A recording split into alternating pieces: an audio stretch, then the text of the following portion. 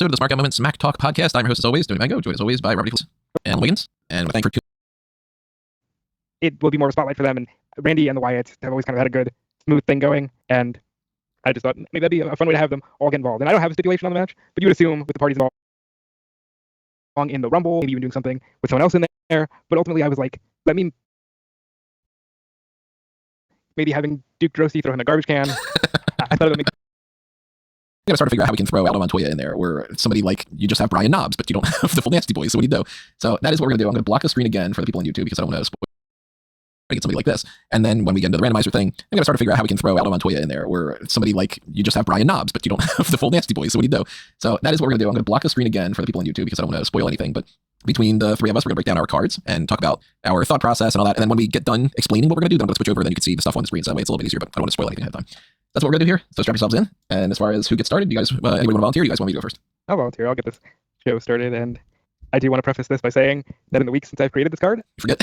my room has flooded and I've forgotten a lot of things.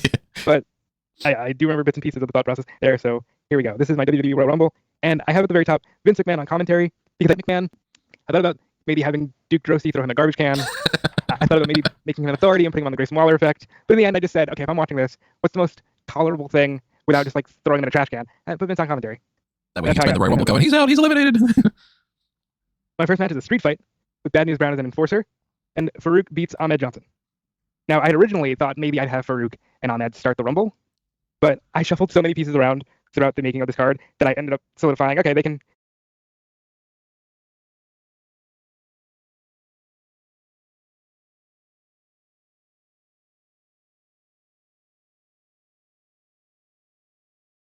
have their grudge match, and no referee wants to do it. Bad News will do it because he doesn't like anybody, and he has no problem letting them beat the shit out of each other. If you would have put Farouk and Ahmed at the start, would Ahmed have eliminated himself again? He might have. I did actually think about making that a thing. My next match is an Intercontinental Championship match where AJ Styles will lose the Intercontinental Championship to Rey Mysterio. Rey was somebody who I thought about having go a long way in the Rumble. AJ Styles was somebody I nearly put in a championship match. I thought about, do I have one world champion, more than one world champion? If I'd had more than one, it would have been AJ and possibly Brett in a secondary world championship match, but I decided not to go with that. Then I have a six-man tag where the Wyatt family, Bray Wyatt, Uncle Howdy, and Luke Harper, will take on and lose to FTRKO, Randy Orton, and FTR.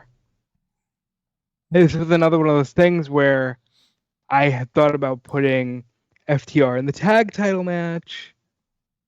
I thought about putting, Randy going long in the Rumble, maybe even doing something with someone else in there. But ultimately, I was like, let me put them in this match because it will be more of a spotlight for them. And Randy and the Wyatts have always kind of had a good, smooth thing going. And I just thought maybe that'd be a fun way to have them all get involved. And I don't have a stipulation on the match, but you would assume with the parties involved, things would get a little crazy. It'd be more of a tornado style than anything else.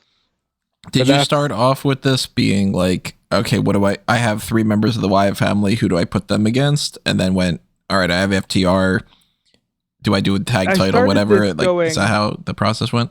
I started this going, I have the Wyatts, and I'll have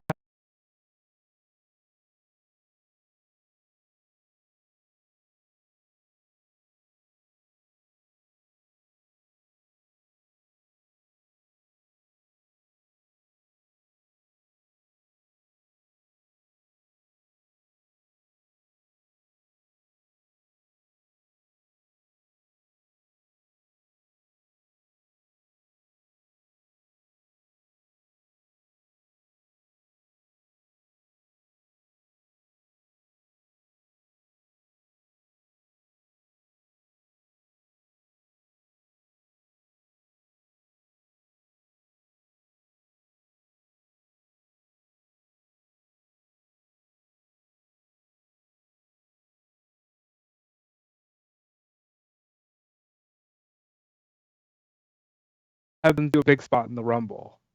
So I'd mainly like processed a bunch of different ideas for the Rumble match itself, and then tried to work a card backwards. And then once I started to not like the card, I was like, okay, maybe I'll just take the Wyatts out of the Rumble instead of having them do a thing where, they eliminate a bunch of people. I can do that with other people.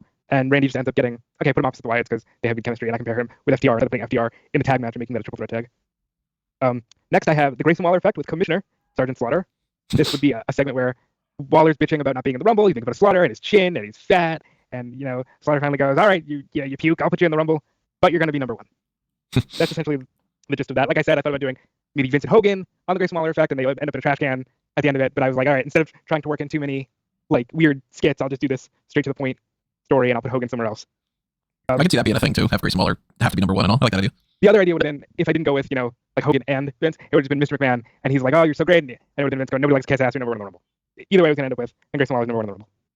Then here's an interesting match. Go ahead.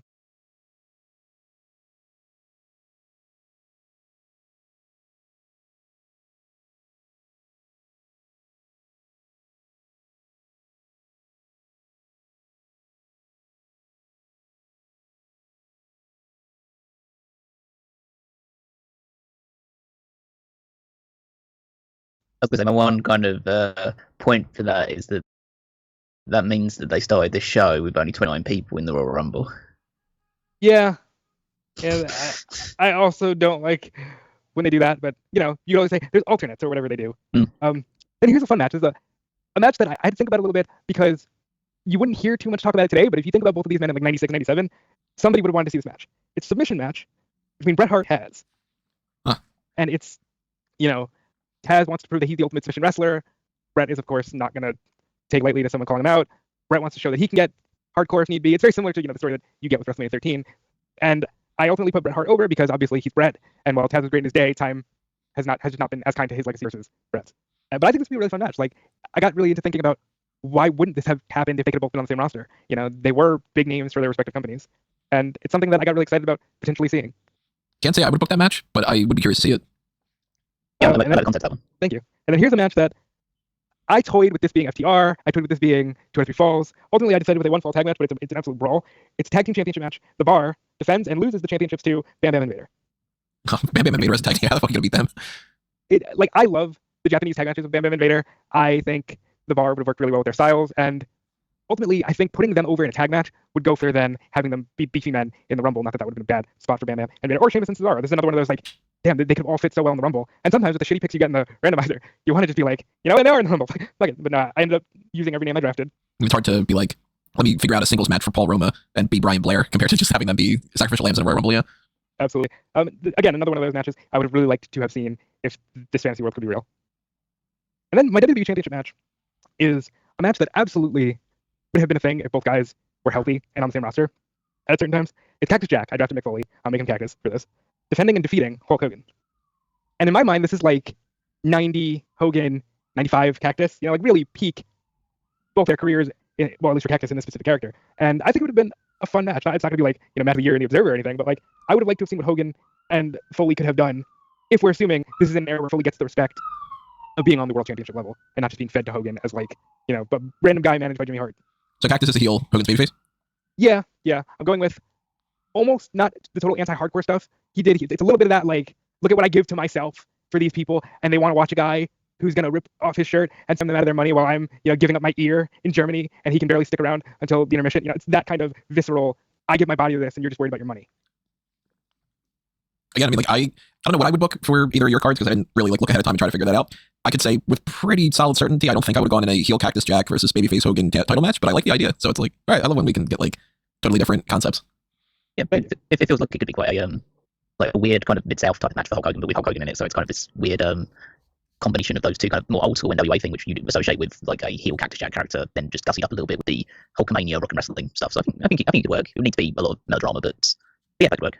Hopefully good melodrama and not like Dungeon of Doom, Yeah, like that's because Cactus can fall into that trap. And that's why I'm thinking you have to have a really strong promo Mick Foley. And, it's Hogan trying to prove that Hulkamania is the strongest force in the universe, but he can't overcome the weapons and everything Cactus is going to throw against him. Okay, and then we have our 30-man Royal Rumble. Grayson Waller is number 1. And number 2, he's met with Ryback. Waller tries his best, but Ryback makes quick work of the arrogant Australian. Feed me more. You're gonna love this. Feed me more. Number 3 comes out. It's the Red Rooster. He's trying. He's talking to doing. He manages to stay until number 4 comes out. It's Paul Roma. They're trying to get Ryback. Ryback eventually, overpowers them. Maybe a double shell shock. They're both out of here. Number 5 is Duke the Dumpster Drosy. And you can see where we're going here, folks. We're getting the shit out of the way. Mr. Feed Me More, Big Hungry, takes out a Red Rooster, and then he's like, all right, well, I've got the leftover bones, put it in the trash can, Duke the Dumpster. Duke comes out, tries to hit him with the trash can lid. Stupid! Clothesline, throws the trash can at Drosy over the top rope. Then number 6 comes out, and it's Mason Ryan. So he's putting up a little more of a struggle for Ryback, as does... Like Pride Ryback. Yeah, exactly. And then you get number 7, Luther Reigns. He's, now it's turning into a bit more of a match, because they're more powerful for Ryback. You can't just throw them all out. Number 8... Three underwhelming meatheads. Yes. That's the way the cookie crumbles, unfortunately, for that freaking randomizer. And speaking of, number 8 is Brian Knobs. Number 9, we get Chains. And, at this point, there's a little bit of plunder because you have trash stuff in the ring, but at this point, it's more of a wild brawl, and everybody's doing that stupid thing where they somehow can't get somebody over the ropes, and they're all just sort of pandering, killing time. Number 10, of course, is the perfect 10 Ty Dillinger. Of course. At this point, we get rid of Duke Drosy, we can get rid of Mason Ryan. Number 11 comes out, it's Tucker Knight. He gets in the ring, he's, I'm here, and Ty Dillinger drop kicks him over the ropes. Tucker Knight's out. Oh, Tucky. He's not coming. And then number 12, we get Diesel. And at this point, Diesel's throwing people out, Ryback's throwing people out. You're getting really like, oh shit, it's about to be a showdown of these two powerful dudes. And they're going back and forth. They're struggling. Let's say, double big boot spot. They both get dazed. Number 13 is beat Brian Blair. Tries his best to do something with them. Diesel chucks him. And then Ryback goes for meat hook clothesline on Nash. Oh, he's got him down. He goes for the shell shock. Can't get him up. Nash jackknifes him. Out goes Ryback. And it's like, oh my god, what do we do here? And people are Diesel. Number 14 is Victor. He tries, but Diesel chucks him. And at this point, people are kind of groaning like, oh my god, is this Rumble just going to be Ryback eliminated the first half, then Diesel eliminates back half? Number 15, Pyro goes off. It's Kane. And there's a strong back and forth again, but Kane is able to actually get rid of Nash. Now at this point, you're thinking, okay, is it Kane's turn to dominate? And number 16, you get Terry Funk. Terry Funk comes out. He looks. He sees what he's working with. Goes right back into the backstage area. Comes back out with a branding iron on fire. Blows the fire in Kane's face. Clothesline. Terry Funk has eliminated Kane. And now, from this moment on, it's pretty much going to be a standard Royal Rumble, except number 17, Elias. Elias decides to serenade Terry Funk with his rendition of the Eagles' Desperado. Funk doesn't like this. He beats the shit out of Elias. El Kabong, guitar shot over the head. And out goes Elias. And everybody's like, yeah, Terry. Number 18, wrestling has more than one royal family. It's Cody Rhodes. From this moment on, you're pretty much getting 19 through 30. It's more of a standard Royal Rumble. Cody and Terry are having a fun little back and forth. There's some tributes to Dusty. I'm sure Terry tells Cody, you'll land over the next fucking dog. And you're getting all that. Your mother's a whore. Like, you're getting all that fun stuff. Number 19 is Tenryu, who, because he knows Terry, he goes straight for Terry. Everybody's kind of fighting back and forth. Number 20 is Triple H. He comes in strong, close on to Cody. Now we're getting a Rumble. At number 21, we get Jeff Hardy. And he comes in, does some fun spots, maybe plays around Terry Funk a little bit. Does his little dance before going into the ring. Of course, you got Pyro. Number 22, you got Tony Nese, who's like, he's trying to have a little bit of fun. I'm a premier athlete. I'm so much better than everybody else in this match. He's able to, get some shots in on everybody. At 23, you get Nakamura. And as Nakamura's coming out, pedigree, clothesline, Tony Nese is out of there. Triple H elimination. Number 24 is Jake Roberts. And I do want to say that for a moment, the Wyatt spot that I had would have led to, and Jake Roberts comes out, and he just opens up the bad outcomes of Snake, and it would have led to a Bray Wyatt, Jake Roberts WrestleMania program, but I think you can still get there without having to do all that in the Rumble. Like the crossing over. So match still going on. You've got Jake Roberts and Terry Funk are fighting. Triple H and Tenryu are going at it. You've got Cody trying his best to get some shots in on everybody. Shinsuke goes for a Kinshasa on Jeff. Jeff manages to pull the rope down and eliminate Shinsuke. And then number 25, you got Matt Hardy, and now Matt Hardy and Jeff, they're like, okay, we gotta work together, and they're jumping in on Terry Funk, they're jumping on Cody. Everybody's fighting everybody. It's a pretty solid Rumble. And then you get number 26, you get Bad News Brown, who's like, yeah, he did his thing earlier in the show, but that was the Farouk Ahmed thing. Now he wants to make it to WrestleMania again. Everybody's just fighting. Number 27, you got Bobby Lashley. Now stuff starts to move a little bit. He's demolishing everybody. He throws out Bad News, and Bad News is kind of pissed. He's got Terry Funk in the Hurt Lock. Funk kicks in the balls. Hardy Boys, double clothesline. Get rid of Bobby Lashley. Not as quickly. Oh no, I made a mistake there. My bad. I'm looking at the rest of the card. As I said, been a long 3 weeks. I've forgotten some spots. 28 comes out, it's Finley. 29 comes out, it's Scott Steiner. Lashley does get those two out because, I'm trying to make him a dominant force. Then you do that spot, Terry Funk low blow, Hardy Boys, double clothesline. Everybody's kind of pissed off. I do that because I almost did another pose down between Lashley and Steiner, but I was like, nah, I did pose down last time we did the Rumble bit. I'm not gonna do that again. Then number 30 is Demon Balor. It was wrong with doing the same thing every single time. Big man fight. I mean, some of us have to try to spread out our wings. Number 30 is Demon Balor. I went with Demon Balor because I think that's the most impressive presentation for Balor, especially after the last few years. I mean, a solid Rumble. Everybody's kind of going back and forth. You've got it's basically the final five. Cody's going after Hunter. Hunter manages to take Cody in pedigree position, and Terry Funk clotheslines Triple H over the ropes, and Triple H is pissed at this point. He drags Terry Funk out underneath the bottom rope, beats crap out of him, bloodies him up. Pedigree throws him back in the ring. Cody, he's not happy about it, but he sees what's happening here, so Cody throws him out over the ropes. And now you're down to Cody, Jeff, and Demon Balor. Everybody, standard final three. Everybody's kind of getting their good spots in. Cody gets, let's say, Cody cutter onto Jeff. Balor tries to do the 2 sweet with Cody. Cody goes for it. Balor takes him out, throws him out over the ropes. And now it's Demon Balor and Jeff Hardy. And at this point, they have like a really flashy final two with they're doing all their spots, and it's kind of shaky because you're like, oh my God, Balor's on top rope and Jeff almost pushed him out. But ultimately, it comes down to Jeff Hardy actually getting the win and winning the Royal Rumble. And one of my main events for this hypothetical WrestleMania would have been a hardcore WWE Championship match, Cactus Jack and Jeff Hardy. I am very surprised that you didn't go with the Hardy Boys in a tag match. And on top of that Jeff Hardy wins the Royal Rumble. Well, so I will say that the brainstorming for all of this was happening around the time where there was the discourse of Jeff Hardy would have absolutely been bigger than John Cena if he kept himself clean. And I was like, you know what? Jeff Hardy winning the Royal Rumble, ironically, before Jey Uso wins the Royal Rumble, I was like, yeah, that's the kind of guy who is he a mid-card guy? Sometimes, yeah, but he's also insanely over. And I think people would have been down with Jeff Hardy winning a Royal Rumble. And then I was like, you know what? A prime Cactus and a prime Jeff Hardy, because you don't really get hardcore matches for the WWE title at WrestleMania. I think Austin and Rock was no DQ. That was like a last-minute ad. Like, imagine this Cactus Jack that I just laid out that's pissed off with Hogan, and Hogan getting the adulation from the fans, kind of doing the whole, Jeff, don't do this to yourself for these people. And if you're going to insist on this and also insist on taking food off my table, I'm going to hurt you more than you've ever been hurt in your life. And if you think that you're willing to put your body through insane things for your dreams, imagine what I'll put mine through to stop you from taking mine away. And that would be your wrestling match. Do you have plans in mind for any of the other people like Bam Bam and Vader? They'd have a tag match with anybody? Bam Bam and Vader would have ended up fighting FTR, Triple H, Terry Funk, in some kind of a Texas Death scenario. It would have been something between those two because I think that's a fun match. Maybe Cody ends up doing something with Ray for the IC title. Bret Hart and AJ Styles will work together. Yeah, I had bits and pieces worked out. I'd be on the watch this card. I think the one that I would probably enjoy the most would probably end up being either the Cactus Jack Hogan or maybe the Bar Bam Bam and Vader. I don't know. I mean, the Bret Hart has one would be really good too. I don't know. I'd like it though. Thank you. Yeah, definitely a fun show. Definitely better than this year's Royal Rumble, I'd say. Yeah, the Bret Hart and Taz match is probably most enticing out of all of them, especially if it is 97, 98 ECW Taz, rather than the kind of war down version into WWE has. And Cactus Jack, Hulk Hogan is an interesting combination, especially if it ends up with Cactus Jack actually winning that match. Styles against a kind of maybe younger and more together Rey Mysterio would be a lot of fun as well. Yeah, I mean, we're assuming because it's fantasy, we're just taking these people at the possible best times. Yeah, nobody's gonna be like, I'm gonna book Taz where he can't move, or like Hogan now against somebody. Right. I want Ahmed now. Like anybody wants Ahmed at any point, really, but still. I like as well doing the whole Commissioner Slaughter, McMahon on commentary. It's a fun way to throw some people under the card without just being right there in a match. Now I gotta figure out something to do with Vince, Right. But thank you. That was my Royal Rumble effort for this year. I'm glad you guys enjoyed it. Go switch back over again. Remember, this is everybody. These are the people that we're working with. For anybody that wants to on a pause their screen or something and see what's going on. Switch back over to the other graphic. Cal, you want to go? Or you want me to go? I can take it. Alright. Okay, so at the Royal Rumble once again, and I start off with a pre-show match with people that I could not fit anywhere else on the card. So bear with me. So it's Rick Boogs and his axe, which is Rick Boogs and axe. This sounds like something I would have done. And they're taking on the Honky Tonk Man and Bruce Beefcake, which is kind of I couldn't think of a clever name of putting them together. I probably could if I had to devote more time to it, just kind of boogie, whatever thing. Well, Boogie Man instead of Bruce Beefcake, I guess.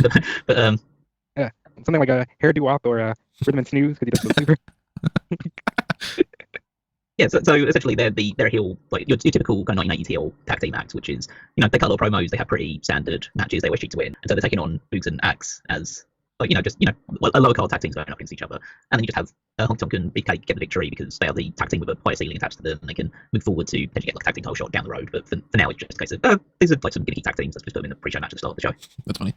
Yeah. We have our 5-man scramble match for the Cruiserweight Championship to kick off the night, just to get, always put some exciting high-flying guys at the start of the show in order to just get the crowd pumped up and just see some cool stuff. So it's Ricochet, who's the Cruiserweight Champion, defending against Tyson Kidd, Justin Gabriel, Alden Wint, Toya, and Tyler Breeze.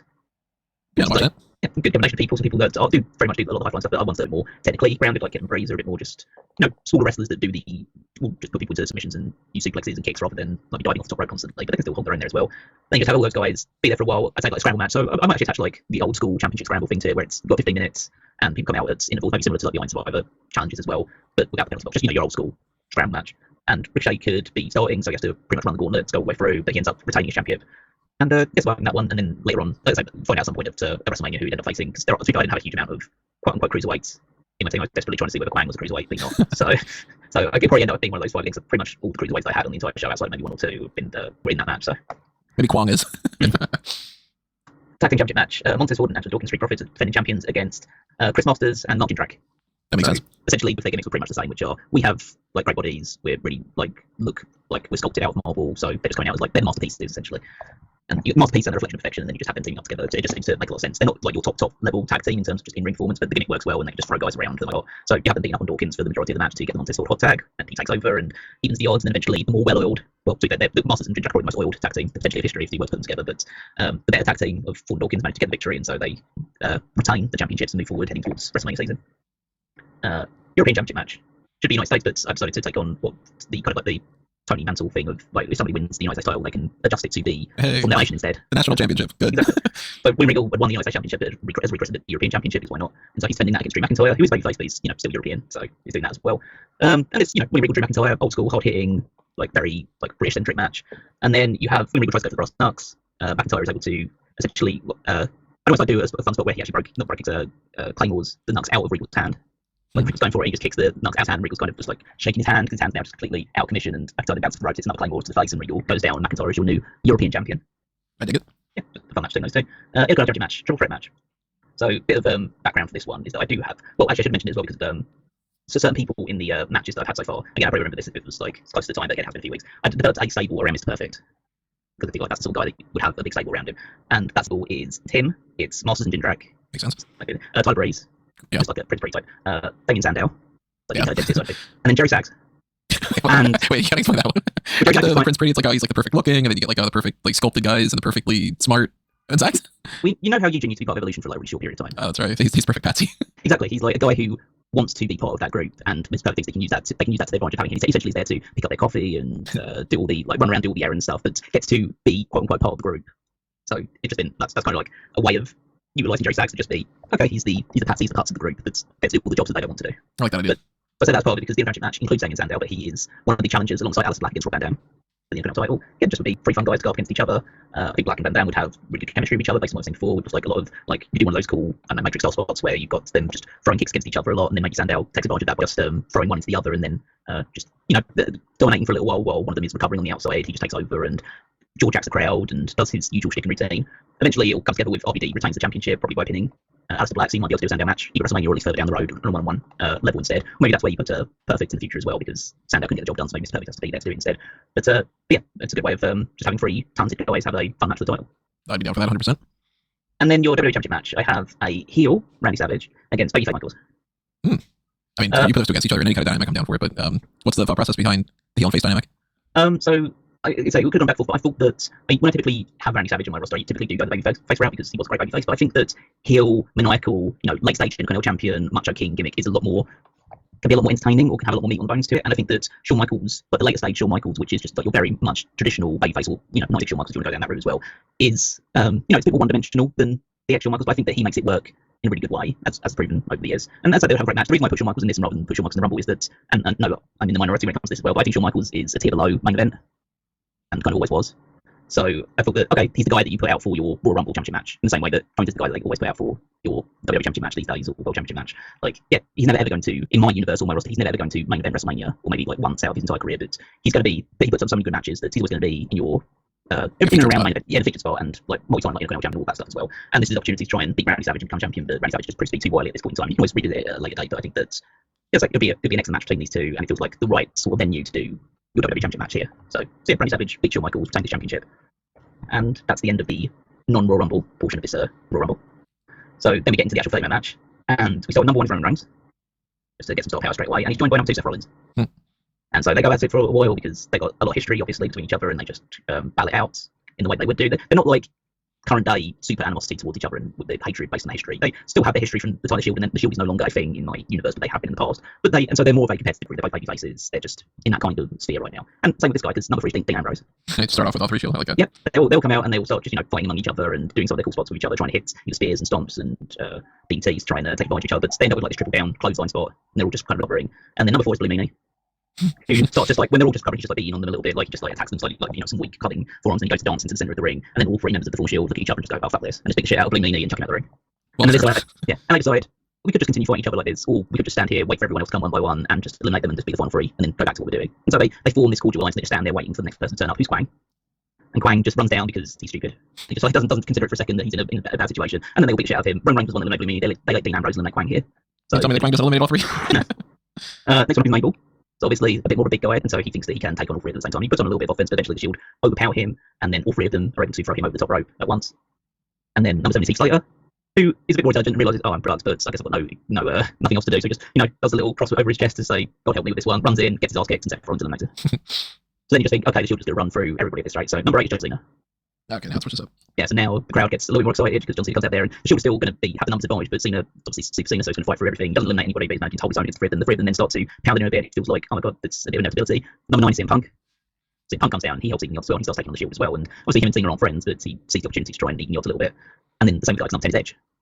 Then okay, now we've got some real star power in this Rumble, and then you basically have this 3-on-3 divide where it's a bit of the Shield group of the more modern generation against 3 guys from the more typified the Ruthless Aggression era, siding up against each other. And Edge is still heel. Edge is heel in my universe, and the other 2 baby faces. But they decide, okay, we're kind of of the same era, the same epoch, and these are the young guys that we have to deal with, and so they start pairing off with each other.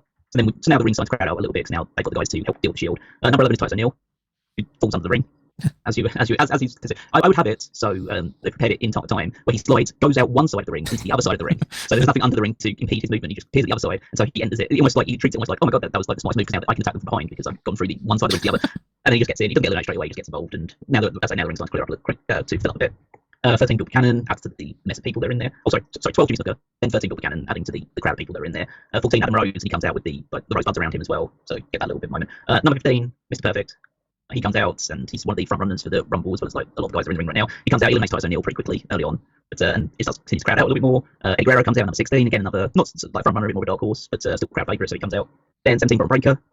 So again, one of these young Don and Jack guys comes out, immediately eliminates Adam Rose, Bull Buchanan, and Jimmy Snooker. So immediately trying to establish that Braun Breaker's a force to be reckoned with the future. Like at this point in time in my roster, he's not been a champion at any stage, but he's seen as like this blue chip prospect. So he gets his shine to eliminate some people to say, okay, this guy's someone worth paying attention to moving forward. 18 Jerry Sags. He comes out and he's there to kind of help out Mr. Perfect and just defend him a little bit and take a few shots. Like it could be a case of like he's blocking Mr. Perfect in the corner and other people are attacking him, but it's just he's just being a meat shield for Perfect. 19 Cut Ware comes out, tries to be a bit of a house fire, but eventually he's eliminated pretty quickly on by Perfect and Jerry Sags working together. Then we do like a double clothesline spot. Or actually a spot where Jerry Sags holds Coco against the ropes and Perfect hits clothesline and eliminates him, and so that kind of combination works. 20 Hacksaw Jim Duggan. So I want him to be number 20 because there were 20 people in the original Royal Rumble. So he comes out number 20. And essentially he does the same thing as Coco Ware, but instead when they try and do the same spot with Mr. Perfect holding Jim Duggan against the ropes for Jerry Sags to hit clothesline, Duggan pulls Mr. Perfect out of the way, and then Sags goes into Perfect instead and eliminates him from the Royal Rumble. So Sags has, done a goof. He's eliminated his own guy instead. So yeah, Perfect screw up. Yeah, so Perfect, one of the front runners is out there. 21 Kurt Angle comes in, suplexes everybody. Is breathing in his general direction. Eliminates Jerry Sags pretty quickly as well, so Sags is out as well. And then you've got 22 Jack Swagger, same and Angle can do a bit of stuff together, like trade ankle locks and do a few other spots while everyone else is battling around the ring. 23 you get Maven. At this point, Edge eliminates Jim Duggan at some point because Edge is still a heel and a bastard in this universe, so he just eliminates a fan favourite in Duggan. 24 Karma. Oh, that's right, you got Karma, I forgot. Yeah, so Karma comes out and no one's really expecting or knows really what to deal with that situation, and Karma just throw people around a bit. Probably do like a spot where Karma is just dominating everyone, and then she does get hit with the same sort of stuff that Nia Jax got hit with, where it's like maybe gets hit with an angle slam, maybe gets hit with an edge spear at some point. And then I have a Roman Reigns eliminating Karma pretty soon after Umaga appears at number 25. Again, getting some big guys coming out now in Umaga. You have then Big Cass, so we've gone from like quite a big rotund guy in Umaga to a big tall guy in Big Cass coming out, so just adding more height and volume to the Rumble. At this point, he eliminates Jack Swagger to just add his own name to the list of eliminations to make sure the group of people doesn't get too overcrowded. Just need to keep a steady number of people getting eliminated. Because then the biggest guy in my Rumble comes out, Andre the Giant at number 27. And as you would expect, he quickly dispatches of Umaga, outpowers him, Big Cass, and then you do the spot where Nathan tries to drop kick him over the top rope. Doesn't manage to do it, and then Andre eliminates him pretty quickly. Then 28 Batista comes out, and then you have like, okay, this guy can stand toe to toe with Andre, and you just have almost like try and treat him like, a more palatable version of the Ultimate Warrior, with Andre instead. And so he's managing to battle him out instead. They sort of fight each other close towards the ropes. You have Dominic Mysterio comes out number 29. So obviously the crowd absolutely hates him, total heat magnets, really annoyed that he's like one of the entrants. You have Batista and Braun Breaker at this point eliminate Andre the Giant together. Like just trying a bit of like respect between each other. Maybe that's the formation of or at least the embers of a potential tag team between Batista and Braun Breaker. Is like this young guy and Batista who's more of a veteran at this point, potentially choking the ropes. Spear Bros.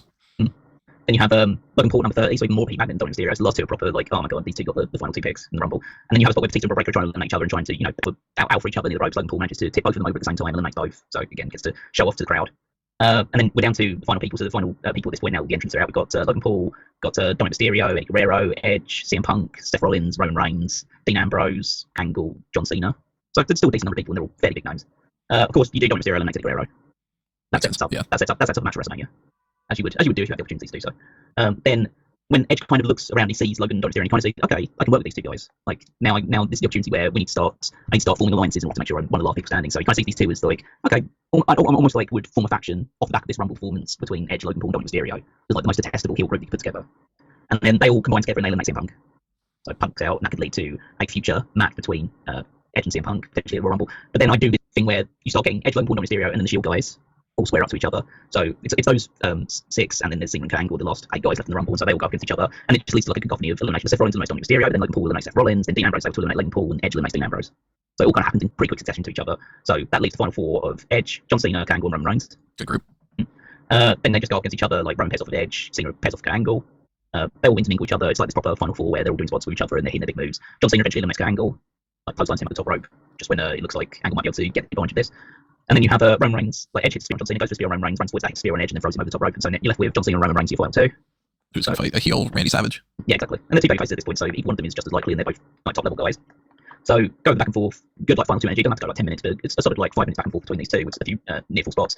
Roman hits spear on Cena, looks like he's got the victory, but just as he's getting close to the rope, Cena's able to get underneath Roman Reigns, get him over the top rope. John Cena wins the Royal Rumble. He'll challenge Randy Savage for the WWE Championship at WrestleMania. And then also you set up other things where you could do potentially like Shield reunion, 6-man tag against Edge and his crew at some point. We can just do Edge and CM Punk because of CM Punk getting eliminated by all those guys. You can set up like other things like that, Dominic Mysterio and Eddie Guerrero, a future one, maybe Batista and Brock Breaker tag team against Montez Ford and Angelo Dawkins for the tag titles at WrestleMania. Obviously, Jerry Sags in a lot of trouble now with the Mr. Perfect crew, so I don't know whether I don't think I'd necessarily do Sags versus Mr.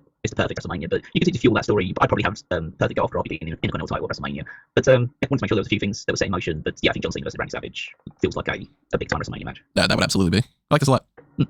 Yeah, that was a really well thought out card. I didn't realize how many, like, you don't really have a lot of people that you would have normally had. That's pretty cool how you're able to work with so many people. But I really like your Rumble. I would have enjoyed watching that a lot. Yeah, I kind of wanted to make sure that, even though I've done things in the past, like the last Royal Rumble I did, I started with the whole Brock Lesnar thing where I think I had Goldberg from like really early on in the Rumble and just loaded mid-carders and did the same sort of thing that Rob did where it was just like one guy in the ring and just throwing people out. So I wanted this time to make sure that there was going to be like star power from start to finish in the Rumble. I thought having the 3 Shield guys to be the kind of anchors of the entire match would be the possibility of doing that. So I made sure that like Roman Reigns would be the Iron Man of the match, but Seth and Dean would be there for the vast majority of it. Get Cena, Punk, and Edge in pretty early as well. So hopefully with that level of star power in the match, you counteract the fact that obviously you have to deal with the collection of mid-carders that we'll have to deal with based on the rosters that we drafted. So hopefully that kind of counteracts it. Prevents what I thought was like an issue with the men's Royal Rumble this year, which was just too much mid-card for the first half of the Rumble. Yeah, you got a good start with the Shield to where like people are riding that high for a while. And it's good to switch it up a little bit too with like Quang being like a really quick elimination, and then you got Mabel where it's like, oh, are they going to struggle with that? And then like Cena, okay, makes sense that Cena puts up a fight, and then Punk and Edge. Now you've got the 3. Like that's a good reset kind of scenario. You have shortest time is Quang, Iron Man's Roman Reigns. Most eliminations go to those 3: Reigns, Breaker, and Logan Paul tied. It's funny, like how we all booked these before this year's Royal Rumble, and yet there's still some parallels going on. Like you got Logan Paul at number 30, you've got Dom coming out after a series of big names. So it was like Cena, Punk, and Rollins, and then Dom, and you've got Andre, Batista, Big Cass, Umaga, and then Dom. Yeah, yeah, I'd say I didn't. Obviously, I did this far before this year's Rumble, so I didn't know what to expect. I didn't know Logan Paul was going to. I assumed Logan Paul was going to be in it, but I didn't know what he was going to do, and definitely not that he was going to be number 30. But I thought, okay, I'm definitely putting Logan and Dominic towards the end of the Rumble because it's just like, it's like you've got the people in there, so the crowd shouldn't be too like frustrated or angry, but they should be a little bit like, oh god, we don't want these guys to win, they suck. That kind of mentality going into it. So once they do get eliminated, you get a bit more of like that. Yes, right, thank Christ, they're not going to win the Rumble. So, yeah, but I didn't initially go into it thinking I should try and form a group between Edge, Mysterio, and Logan Paul. I think this time I just went, like, with Edge's radar persona, that would really make sense if that was a group. Big old thumbs up for me. Yeah, I liked it a lot, I would say. John Cena winning your Royal Rumble was something I was expecting from the real Royal Rumble. And I think yours played out better than the real one, though. Alrighty, so then my turn around here. The same as what you guys are saying, I forget most of this. I have some notes written down on there, so I'm going to have to read them as we go along here. I started out with a free-for-all. Basically pre-show, but I always liked the free-for-all name. So it's a free-for-all for the remaining Royal Rumble spot, which is like we were talking about earlier, about like them starting out with 29 men in Rob's by like the sheer logic behind that. I'm actually definitively starting off with we only have 29 men, and 6 people are on the low end of things. So hey, you have to fight a match on the show to get into the Royal Rumble just to prove you're worthy. So those are the people that I had nothing that I really felt like going with. Those are Carlos Colon, Darren Young, Jimmy Del Rey, Mo, Repo Man, and Rico. And I got Darren Young going in as like the sentimental favorite, where people just assume he's the highest ranked of them all, like on the hierarchy. So of course he's going to win. He's going to get some kind of spot. But Repo Man steals the pin from him. We're starting already with this stupid shit. Yeah, that makes sense. I say skills depend. I'm sorry. Like, Yeah. that's ridiculous. Now, since that's a match that's like a bunch of jobbers, essentially, I'm going to start off the actual card with the WWE Championship match. I'm going to bookend this whole thing with like title match, Royal Rumble last. And that is Gunther, as a heel, of course, walking in as the champion, defending against babyface Undertaker.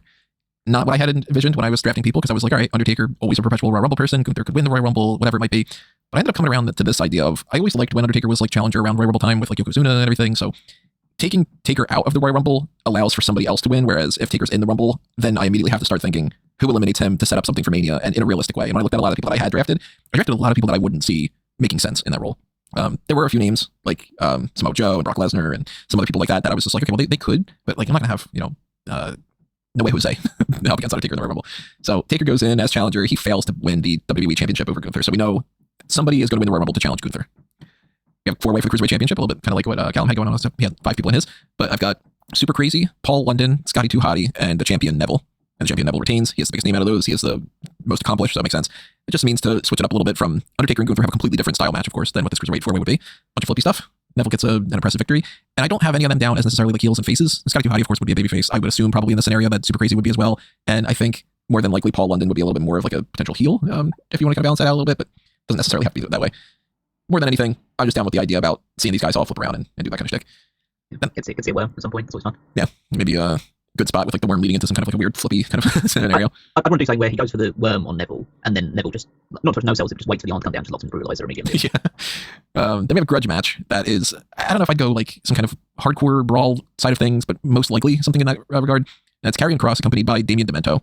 I think he's a perfect patsy to be like in like a Final Testament kind of a group. So Karrion Kross is a heel, of course, and he's going up against babyface Mankind, the like troubled, you're not necessarily supposed to like him, but everybody likes him type of Mankind from like 98 or so. Not quite like that Mick Foley, flannel, smiley face Foley era, but like, okay, we're behind this psycho Mankind kind of character, which makes it all that much worse when Karrion Kross beats him, because Mankind was really good at playing that kind of role where like you get behind him and he gets beaten up, and then you're like, that bastard beat Mankind. Tag team title match is next, and that is the Hart Foundation, Owen Hart and British Bulldog, against El Generic KO of Kevin Owens and Sami Zayn. El Generic, did you really just feel like you needed to do that? Yes, I felt like I needed to. Okay. I always try to give the tag teams names, even if I'm like, all right, it could be any of these. I have a couple group names coming later on. But El Generic KO. Yeah. Well, Kevin Owens would love to have the match against Yeah. so that was a good way of doing it. And yeah, that'd be a great tag team title match.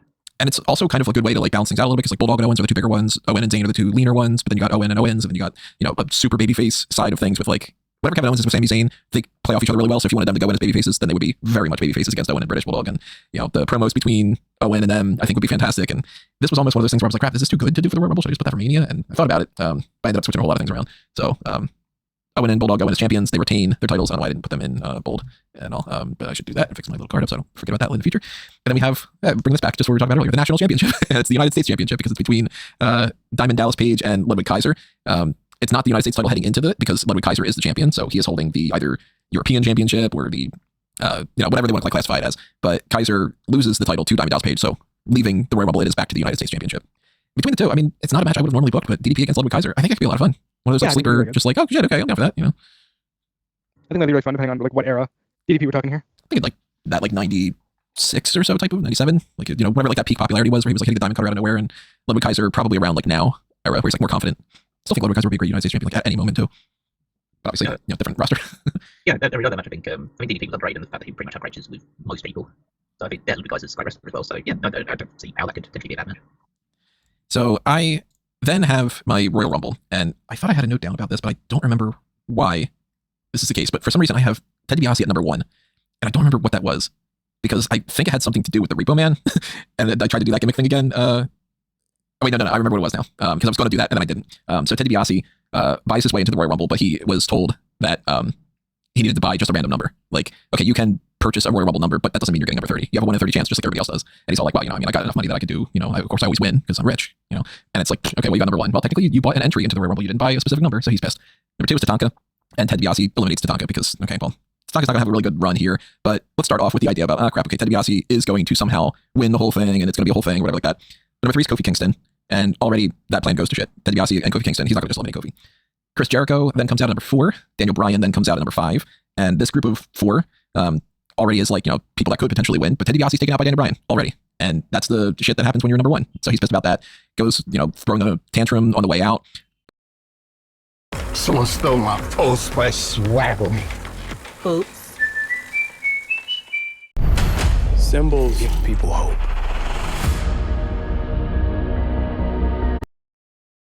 But in the meantime, we got Kofi, Jericho, and Bryan all fighting in the ring. So people are like, all right, well, go have your little tantrum elsewhere.